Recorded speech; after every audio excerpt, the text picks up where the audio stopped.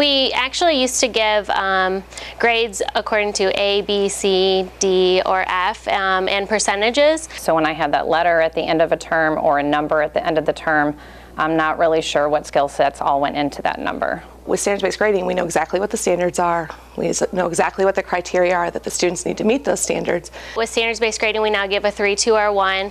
So a 3 would mean that they're proficient in that standard, specific standard. A 2 would mean that they're still working towards it, and a 1 just means that they need improvement. I feel like in the past you'd write 88% on a paper and you put it in their mailbox and you were finished. And now I'm able to, if they do have a 1 or a 2, I'm able to provide specific feedback to each child and let them know exactly where the breakdown is. I used to sit down with them and say, what am I going to conference with them on today? Now I know what I specifically need to target with them. I know where to praise and compliment them. If they don't receive a proficient in a certain area and it's something they need to work on, they know exactly what that standard is. Instead of just receiving a B and saying, okay, in math I got a B, they can look at their assessment and say, well, I know I need to work on my comparing fractions, exactly what area in math they need to work on. Another beauty of standards-based grading is it's not where the student starts, it's where they finish. I feel like now kids have more of a positive attitude and they're understanding the learning process. It's not just a grade, it's how am I going to get there and what's the road going to look like on the way. And we can really look and see what students are actually doing and what they actually need to be doing next. So we can give feedback to students right then and there. I think we, as teachers, we have a better idea of where the students are at every process through their learning. We're able to identify when students do not fully understand a concept. We're able to go back and reteach those concepts to those students so they always feel like learning is taking place all the time. I think with standards-based grading, we have some flexibility on how we can assess the kids. I think back in the day, everything used to be paper, pencil, and now it's, I can pull up a chair and if I have a really good conversation with the kid and they can show me understanding of a text, I can jot that down.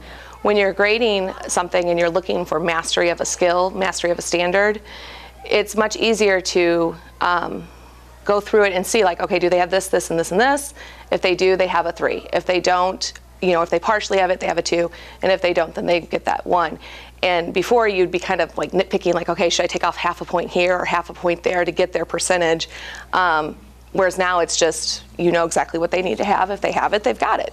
I really feel like as a teacher, it's helped me to identify where I need to go back and reteach.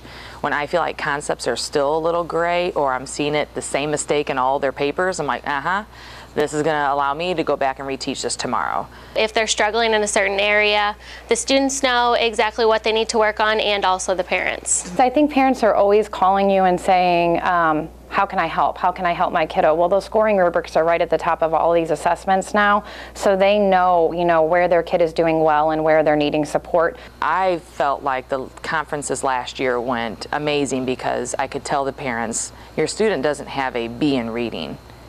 Your student is able to tell me what the main idea is and the details that go along with it. They're rocking out a summary. Where they struggle is point of view. So if you have time at home, and here are some suggestive books to read, if you could really work with your child on point of view, this would help them with this concept. I think it's good for the teachers. I think we know our kids better than ever. I think it's good for the kids because they get meaningful feedback on where they're really excelling and where they need support.